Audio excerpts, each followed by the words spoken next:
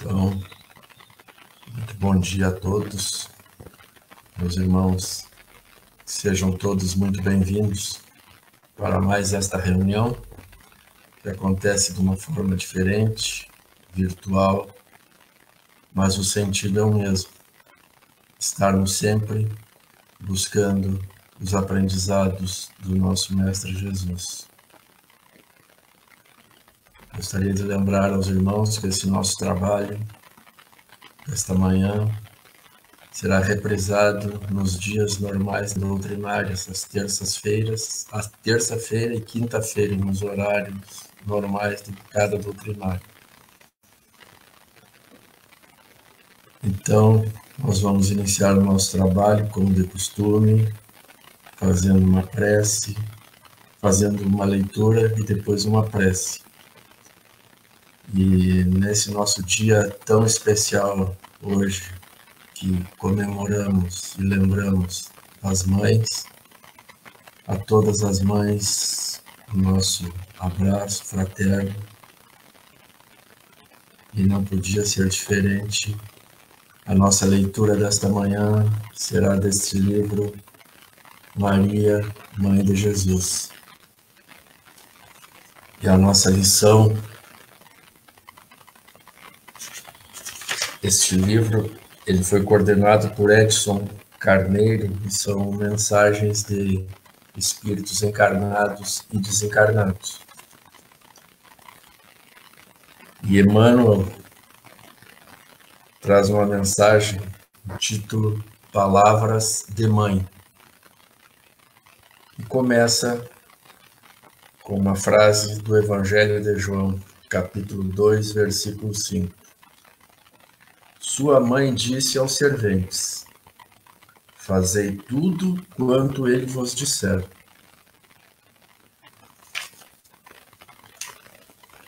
Geralmente, quando os filhos procuram a carinhosa intervenção de mãe, é que se sentem órfãos de ânimo ou necessitados de alegria. Por isso mesmo, em todos os lugares do mundo, é comum observarmos filhos discutindo com os pais e chorando ante corações maternos. Interpretada com justiça por anjo tutelar do cristianismo, às vezes é com imensas aflições que recorremos a Maria. Em verdade, o versículo do apóstolo João não se refere a paisagens dolorosas. O episódio ocorre numa festa de bodas, mas podemos aproveitar-lhe a sublime expressão simbólica. Também nós estamos na festa de noivado do Evangelho com a Terra. Apesar dos quase 20 séculos decorridos, o júbilo ainda é de noivado, porquanto não se verificou até agora a perfeita união. Nesse grande concerto da ideia renovadora, somos serventes humildes. Em muitas ocasiões, esgota-se o vinho da esperança. Sentimos-nos extenuados, desiludidos. Imploramos ternura maternal. E eis que Maria nos responde: fazei tudo quanto ele vos disser. O conselho é sábio e profundo, e foi colocado nos princípios dos trabalhos de salvação. Escutando semelhante advertência de mãe, meditemos se realmente estaremos fazendo tudo quanto o Mestre nos disse. Então, meus irmãos, após essa nossa leitura, que possamos fazermos a nossa oração inicial, baixando, elevando os nossos pensamentos ao alto, buscando Deus, a Jesus, a Maria, essa mãe amorável que nos acolhe, independente da nossa condição. Está sempre pronta, de braços abertos, a nos amparar. Que possamos nós fazermos a nossa parte, tentando nos melhorar a maneira como já conseguimos, buscando nos conectar com esta mãe e rogando que ela nos ampare e nos assista sempre. Que possamos, nesta manhã, juntos, formarmos uma corrente de pensamentos positivos, assimilarmos o trabalho que o nosso irmão Eduardo irá nos trazer e que possamos ter uma semana prodigiosa. Que assim seja.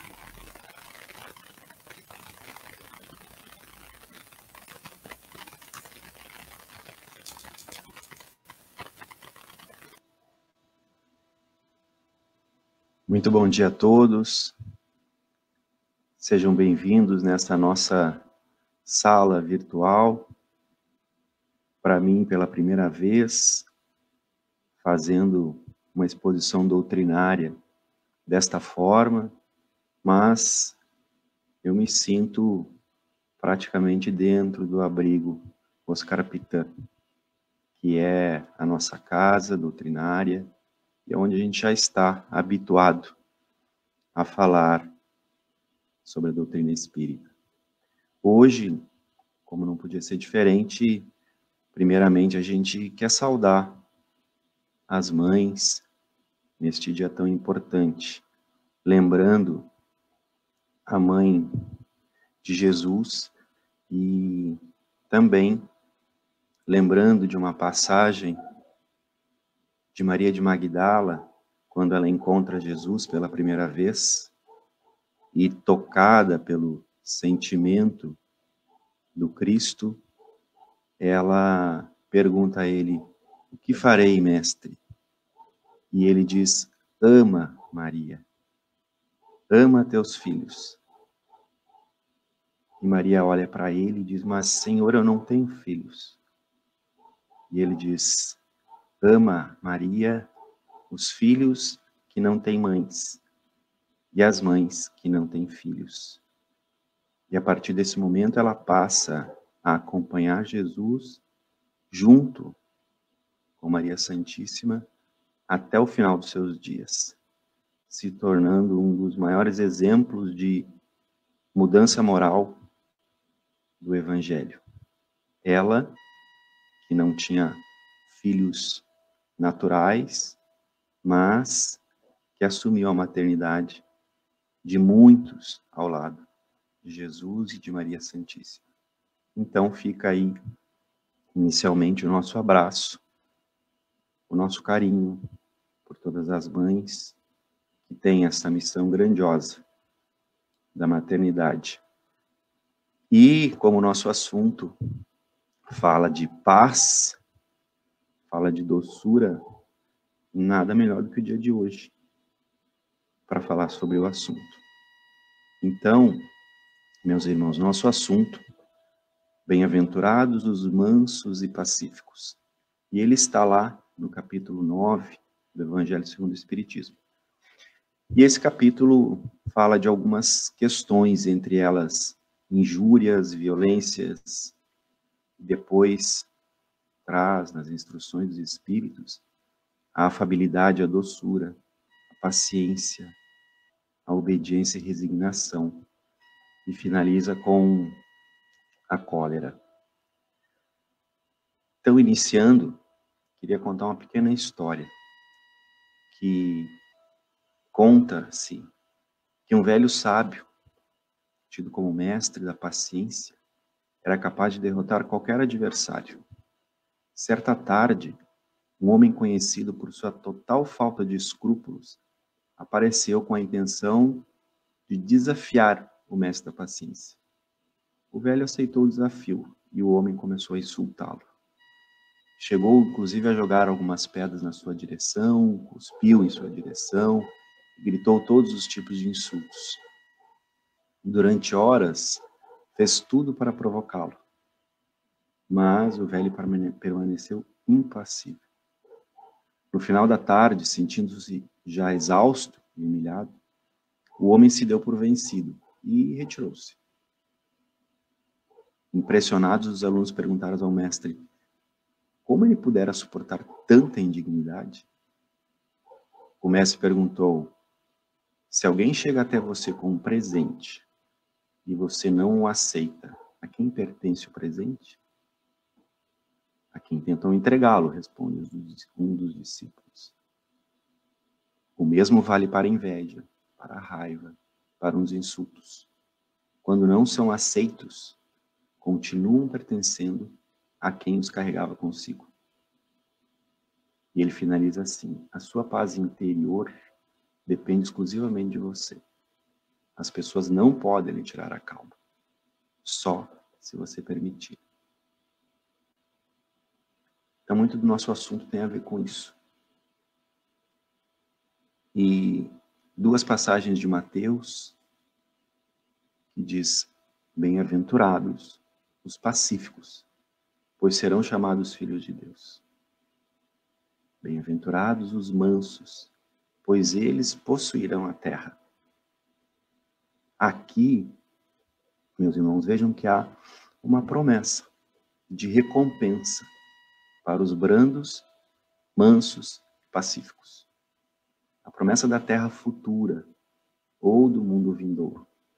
E nós, que já temos um pouco de conhecimento e já somos iluminados pelos esclarecimentos que a doutrina espírita nos traz, nós sabemos já que a terra futura é uma terra ditosa, é uma terra de amor, uma terra de caridade, a terra transformada em mundo de regeneração, onde o bem supera o mal. Nós já sabemos disso. E é nesse ponto em que Jesus promete que o mundo ditoso é o mundo dos brandos. Porque se a gente pensar com calma, a gente vai entender que mundos superiores são mundos onde os seus habitantes possuem a mansuetude, a pacificação, a docilidade e a pureza de coração. É óbvio, é natural que assim seja. Para quem leu ou assistiu o filme Nosso Lar, ou leu a série Nosso Lar, a gente vai ver vários personagens desta série que são seres iluminados. Clarencio e tantos outros. Pertencem já a um mundo superior. E, portanto, são pacíficos. Porque vale a gente lembrar que a nossa história, a história do nosso mundo, mesmo antes de Cristo e depois dele, sempre foi pautada pela violência.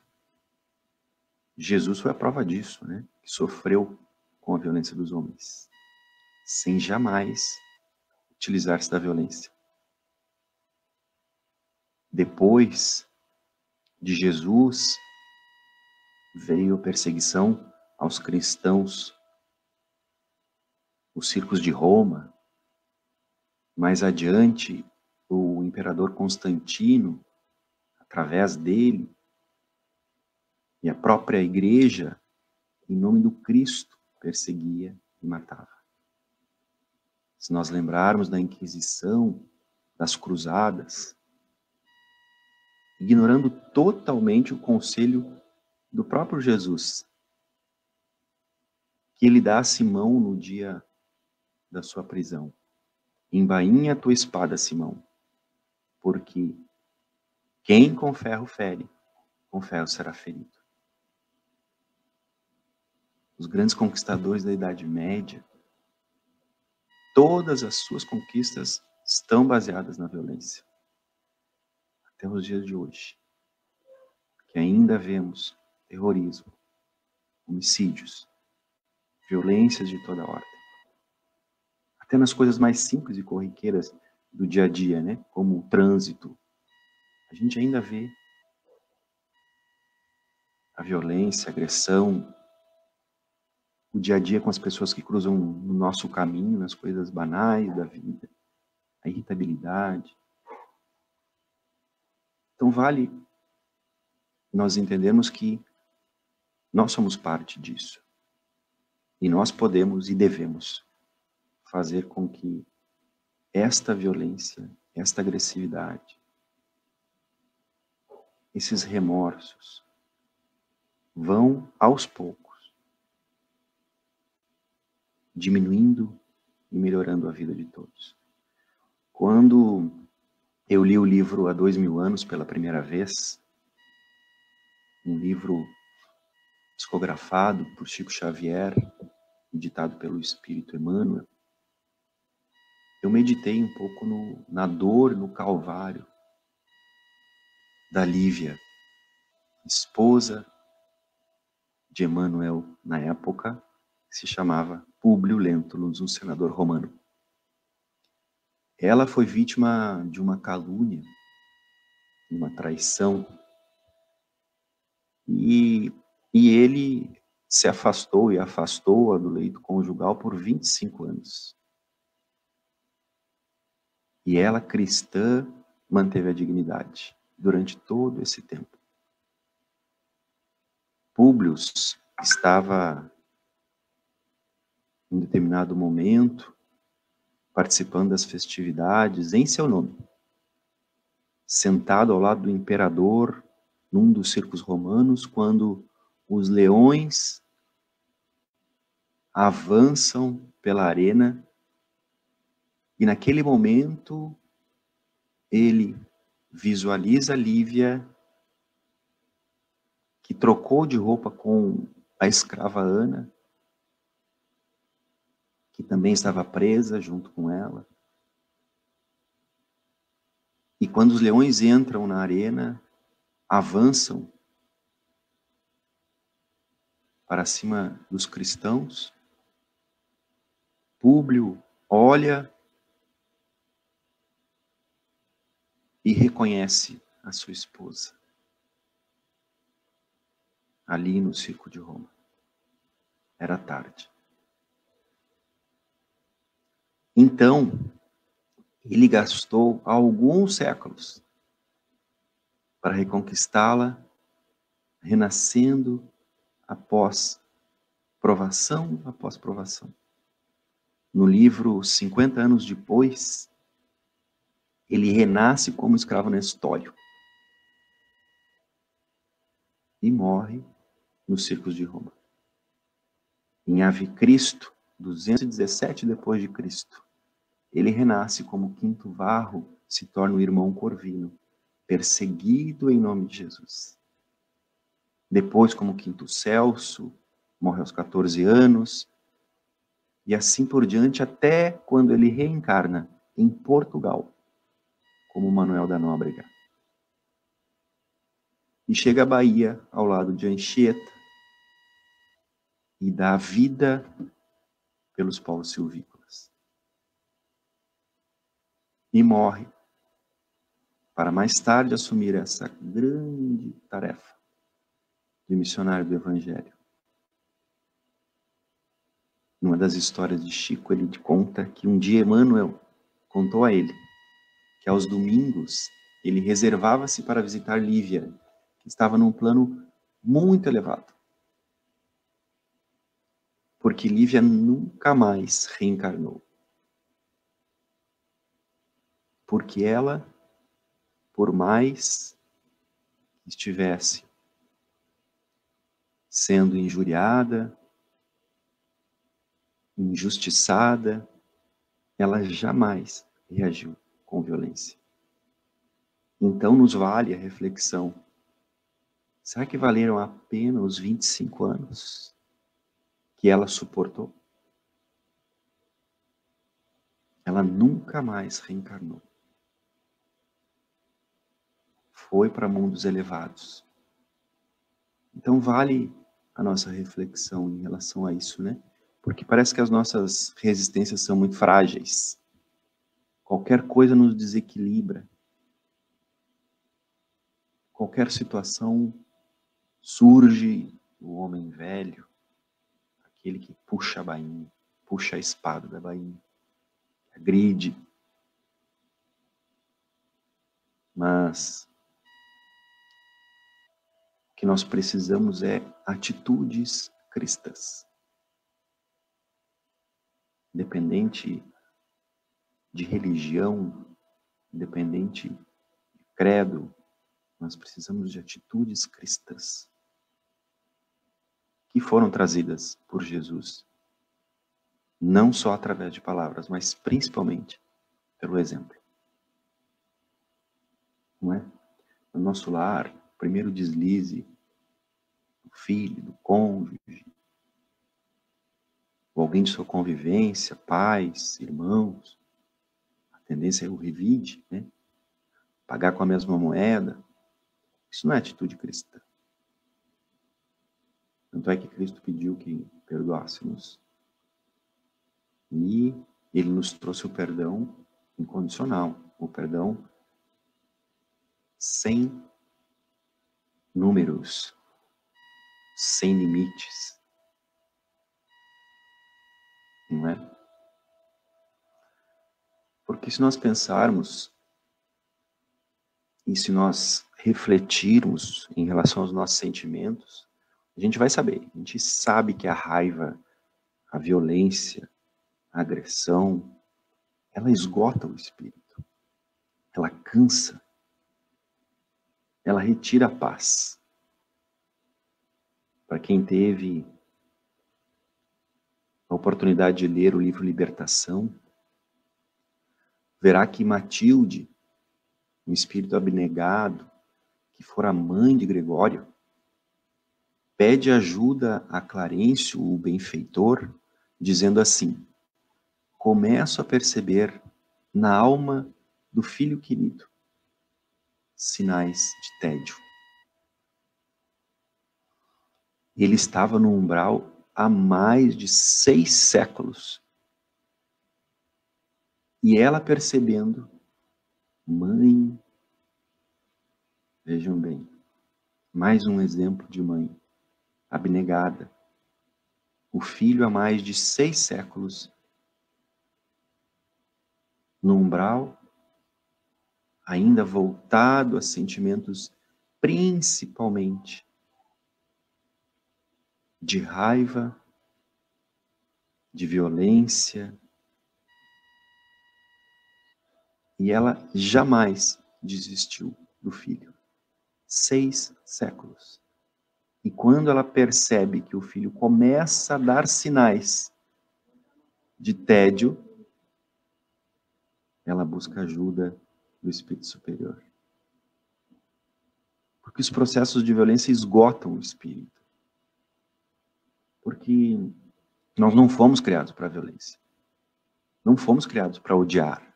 Não fomos criados para ficar magoados. A raiva, mágoa, o ódio, o ressentimento adoecem psicamente o espírito. Porque, meus irmãos, nós fomos criados para a paz.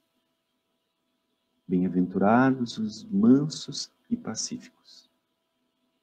O ser pacífico, o ser amoroso, o ser cordial. Esse clima de amor mútuo nos alimenta. E nós sabemos disso. Nós sabemos que é muito diferente o ambiente de paz e o ambiente de violência. Você pode estar até no ambiente de trabalho, cheio de tarefas. Num dia muito ruim de tanta tarefa que você tem que fazer. Mas se o clima for cooperativo, for dócil, você trabalha com prazer. Não percebe as horas passando. Mas, se o clima estiver carregado de inveja, mesquinhez, perseguição, como você se sente? Você chega em casa pesado daquelas energias. E se você não perceber isso, normalmente, a gente dá continuidade a esse sentimento no lar. Você não tem paciência, você agride. Nós vamos entender esse processo, esse mecanismo. A gente faz parte disso. Né? Mas por que tantos exemplos, né, de situações como a de Clarencio, como a do senador Públio, de Gregório? Porque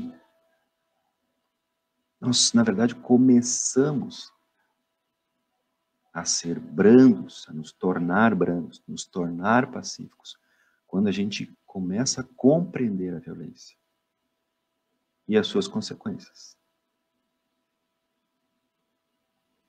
Gregório, pelo desejo de vingança, ficou 6 séculos ligados a isso.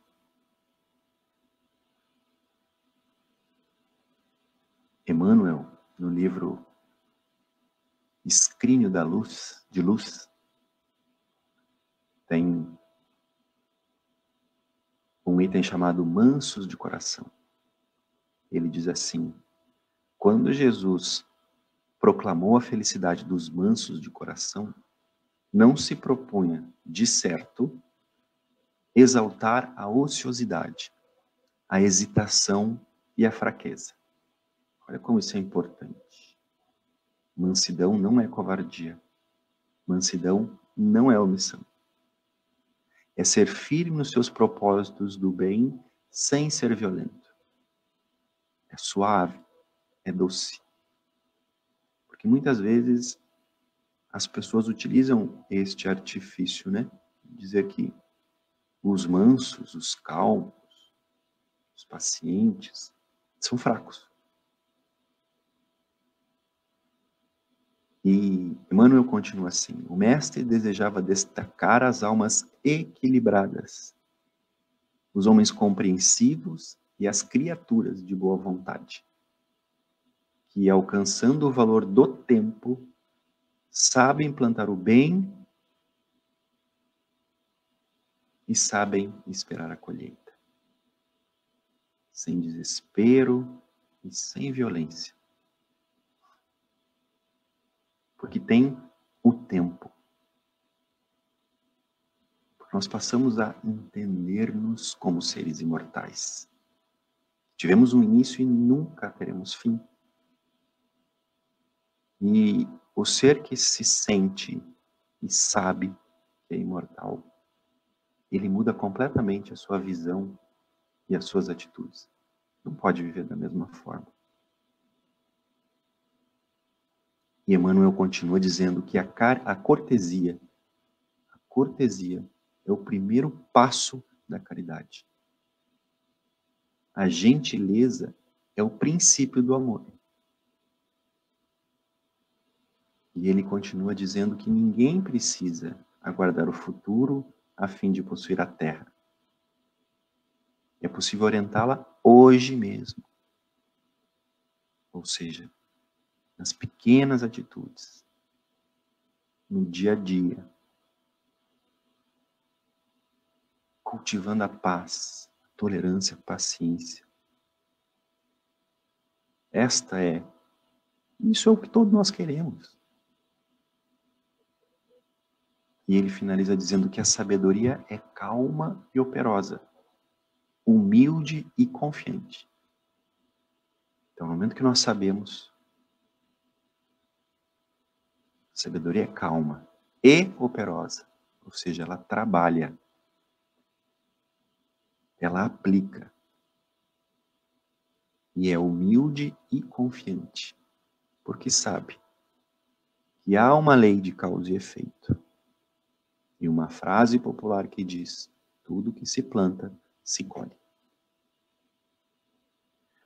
Haroldo Dutra conta uma história de Gandhi, Mahatma Gandhi. Ele diz que certo dia, Gandhi andava pelas ruas, um soldado se aproxima dele e dá-lhe um soco no rosto de Gandhi e o derruba no chão. Ele se levanta, passa a mão pelo rosto, o soldado dá mais um golpe nele e ele cai no chão novamente. Ele se levanta de novo, sem esboçar nenhuma reação. E o soldado então pergunta: quem lhe ensinou a ser tão covarde? E Gandhi responde: este homem que está no crucifixo do seu pescoço. Mas aquilo foi dito de uma forma magnética, espiritual tão grande, de um espírito pacífico, que o soldado começa a chorar. Esta é a face da violência. Aquela que bate, que agride. O manso não é fraco, é forte. Que percebe que tudo tem seu tempo. Que a violência tem seu ciclo. E sabe que se reinventar, se ressentir, esse ciclo será indefinidamente mais longo. Então ele não agride, ele não revida. Joana de Ângeles diz: a mansidão acalma, a piedade socorre. Com mansidão seguirás a trilha de humanidade. E com piedade prosseguirás, retribuindo com o bem a todo e qualquer mal. A mansidão identifica o Cristo e a piedade fala das suas conquistas interiores. Emmanuel diz: provavelmente estarás retendo há muito tempo a esperança torturada. Desejarias que a resposta do mundo aos teus anseios surgisse imediata, agasalhando-te o coração. Entretanto, que paz desfrutarias no triunfo aparente dos próprios sonhos? Sem resgatares os débitos que te encadeiam ao problema e à dificuldade? Como repousar ante a exigência do credor que nos requisita? Sabes que o destino materializar-te-á os planos de ventura, que a vitória te coroará, enfim, a senda de luta. Mas reconhece-te preso aos ciclos de certas obrigações. Então, Emmanuel está nos dizendo que nós precisamos cumprir o nosso papel. Que a mansidão, que a paciência, que a calma, que a tolerância vai fazendo com que nos tornemos espíritos melhores, mais amorosos. O nosso lar começa a ficar mais pacífico, mais amoroso, e nós vamos repassando isso aos nossos filhos, aos nossos pais, às pessoas que estão conosco. Eu vos deixo a paz, disse Cristo, porque Ele nos ensinou como.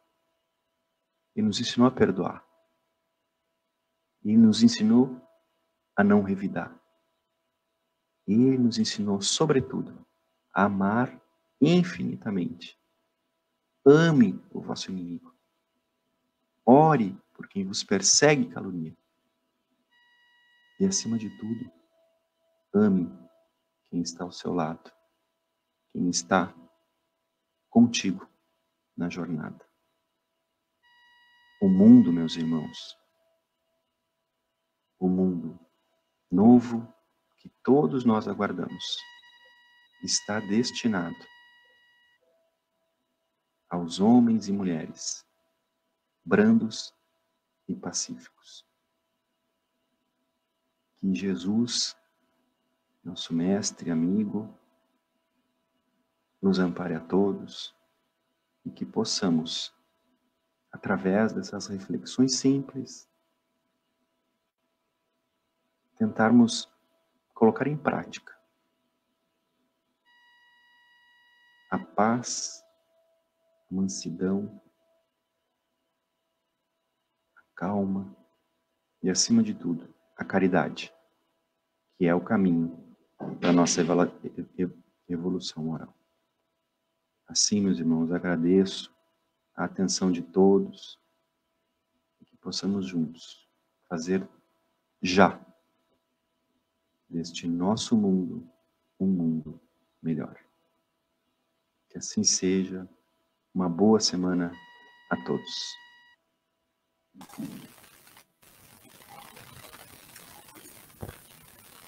Então, meus irmãos,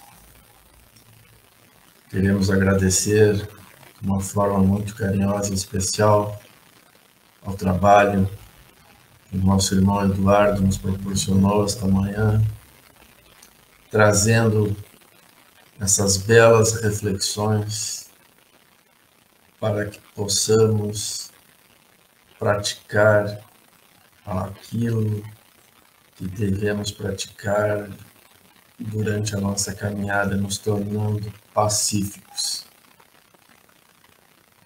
Que possamos empenhar os nossos maiores esforços buscando esta mansuetude.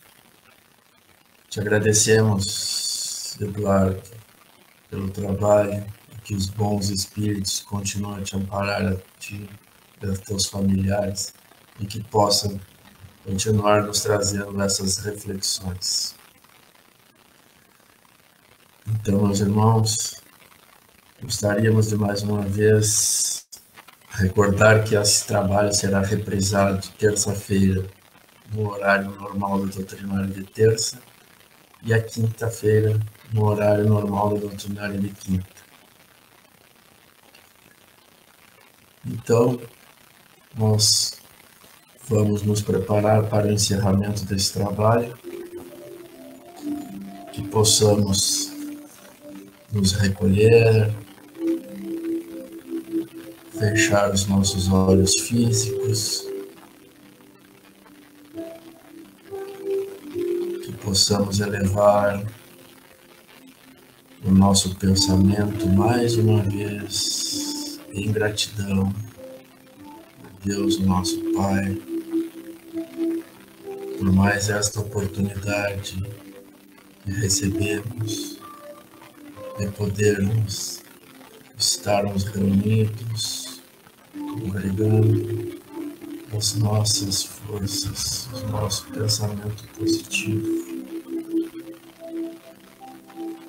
Queremos agradecer por toda a assistência, por todo o amparo que estamos recebendo diariamente, que na maioria das vezes não nos damos conta deste amparo recebido.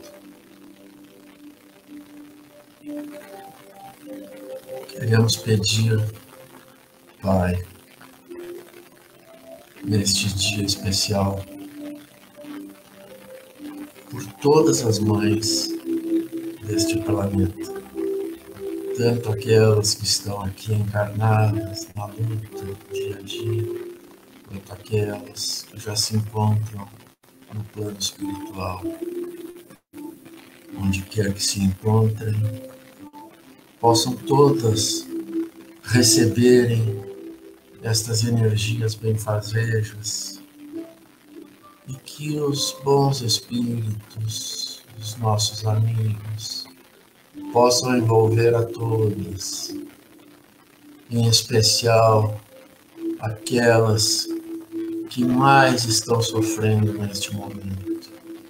Estão ao desamparo, estão tristes pelos filhos. Que possam elas, Pai, receberem o envolvimento e as bênçãos dos teus emissários, para que possam seguir firmes na caminhada, sem desanimar, confiando sempre que Tu estás sempre de braços abertos para nos receber. Que possamos finalizar esse nosso trabalho envolvendo a todos aqueles mais necessitados desta hora. Essas energias pacíficas possam envolver todos os nossos familiares, amigos, vizinhos e também, por que não, aqueles nossos irmãos com quem carregamos as nossas maiores diferenças. Que a paz do nosso Mestre Jesus nos envolva nesta manhã e nos acompanhe por toda a semana. Que assim seja.